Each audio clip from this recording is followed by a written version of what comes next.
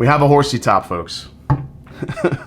Double bass is back, well, triple bass really. A highly requested head-to-head of Blanton's Gold versus Colonel Taylor single barrel versus John J. Bowman single barrel. I had to track down another one of these because I just haven't had one in a long time. I haven't really run into any, but now that this bottle is back in the whiskey room, it is time to put these three head-to-head. Let's see who wins this triple bass. Stay tuned. It's the Mash and Drum.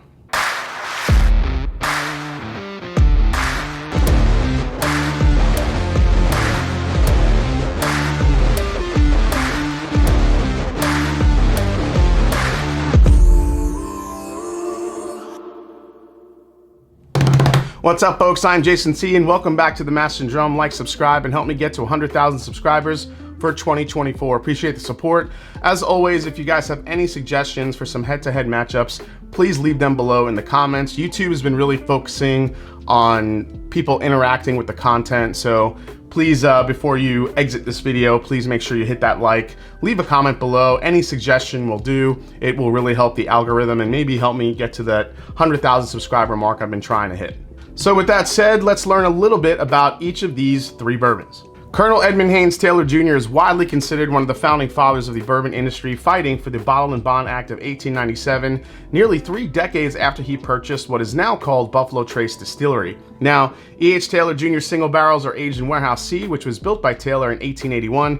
Each barrel is hand-picked and bottled and bond at 100 proof. It uses Buffalo Trace's mash bill number 1. It's non-age stated, and MSRP is about $70 if you're lucky to find it at SRP. Back in 2020, it was announced that Blanton's Gold was going to be released once every year in the United States. Now before that, it was only available internationally. Blanton's Gold is bottled at 103 proof as opposed to the usual 93 proof. This is mash bill 2 from Buffalo Trace, the higher rye mash bill. It's non-age stated. Retail price is about $120, again, if you find it at retail. John J. Bowman single barrel bourbon commemorates the great uncle of Abram S. Bowman, who founded the A. Smith Bowman Distillery.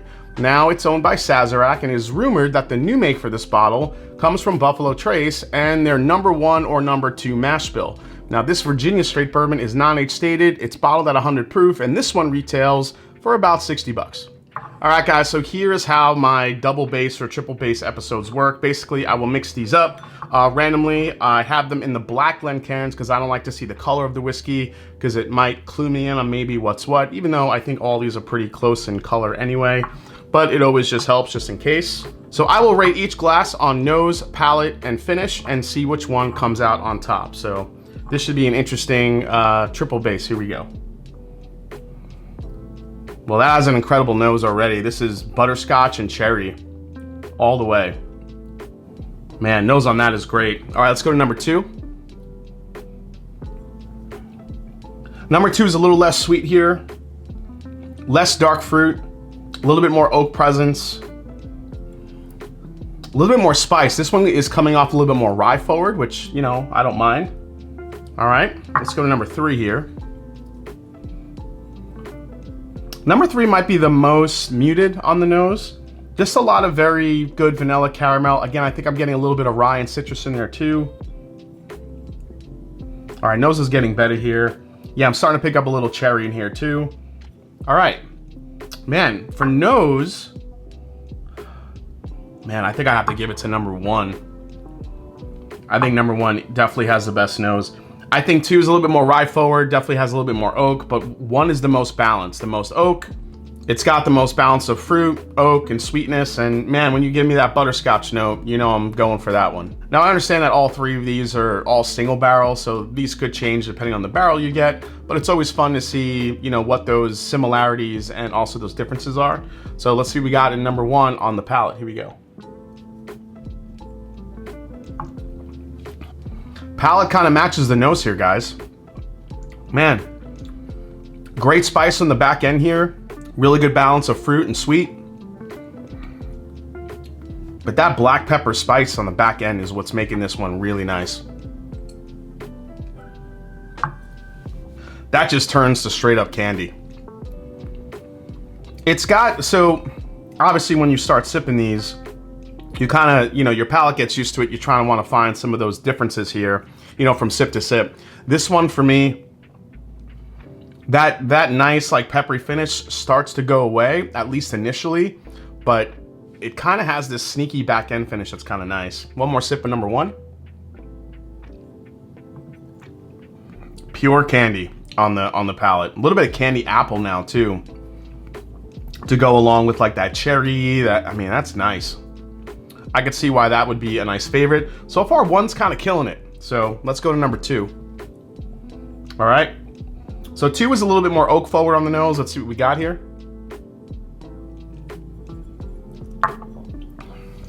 Yeah, again here, I would say that the nose matches the palate. A little bit more oak forward, a little bit more rye driven. However, it is pretty sweet. Good amount of oak there. I mean, a little bit of spice, not as much as number one. Yeah, when two hit, okay, yeah, two. Oh, I'm kind of liking two now. You know why? Because two isn't as overly sweet as one. I like one for the sweetness, but two has this really nice just finish. It's got a little bit more depth to it. The oak is there. Not as candy sweet as one though. All right, one more sip of number two here.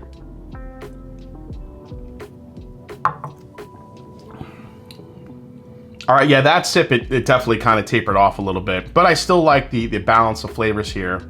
Yeah, it's kind of a nice delineation between one and two. One has definitely got the sweet. I think two has got a little bit more balance. Let's go to number three.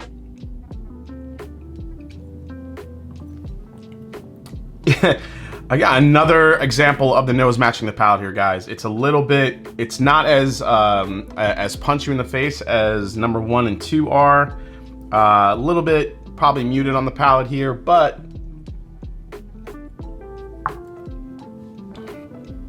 it's a nice palate. It's just, it's sweet. Again, more sweet than anything. I feel like these two kind of align as far as like that sweetness. I think one still has way more sweetness than three does, but three has this really nice balance of sweet, spice, not as rye heavy as number two. Really big differences here. You have a lot of sweet, you have probably balance here, then you have sweet on number three. However, it's just a little bit more, I don't know, a little bit more tame on the palate. So it's really gonna be between one and two here for the palate.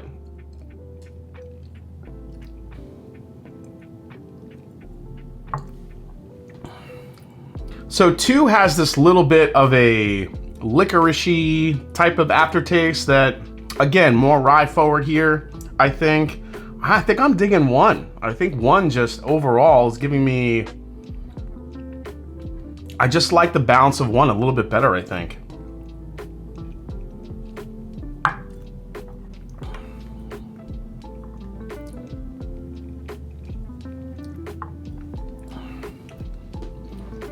Yeah, when I get like that rye forward kind of licorice note, it's kind of a for me. So I'm gonna have to give it to one as well. One wins nose and palate, and these two really don't have a chance to make a comeback. It's taking two out of the three categories. So my champion will be number one. However, I will say that two has the best finish. I will say that two, if I had to give a point for finish, it's gonna be number two. Number three was kind of out of it on here. So let's see what number three was. Number three is, wow. Kind of surprised, but not surprised. It's the Blanton's Gold. So number three, third place here in this triple base matchup goes to Blanton's Gold. Again, it's really sweet. There's just not a lot going on from the mid palate to the back. That was really impressing me. However, a really nice sweet sipper. And I think even at 103, 104 proof, whatever it is now, it drinks actually under that for me. All right, so it's down to number one and number two. Let's see what we got here. Number one is the winner. And number one is missing a sticker. Where did the sticker go? Number...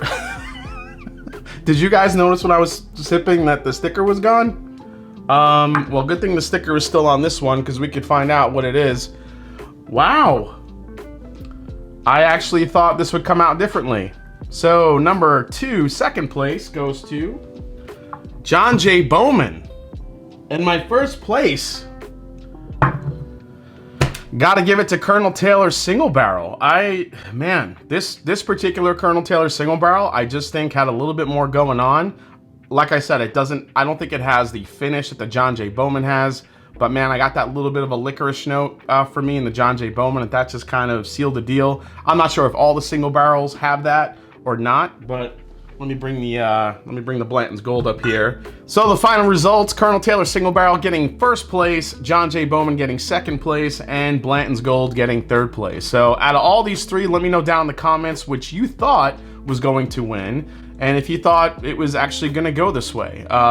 I would like to try more of these John J. Bowman single barrels. I do think it had the best finish. Just that little bit of a licorice note kind of killed it for me. So let me know down in the comments if you liked the video. Hit the subscribe button below. Please hit the like button. And if you haven't yet, follow me on Instagram. Make sure you like, subscribe, do all the things. And I will see you next time right here on the Master and Drum. And before we go, like I always do, I always blend them.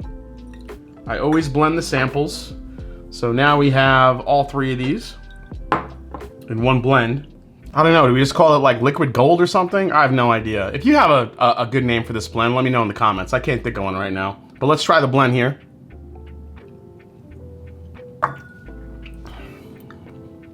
If anyone has all three of these, when you blend them, the palate becomes so tame. That's crazy. But that's what happens when you blend some of this stuff. Cheers, guys. See you next time.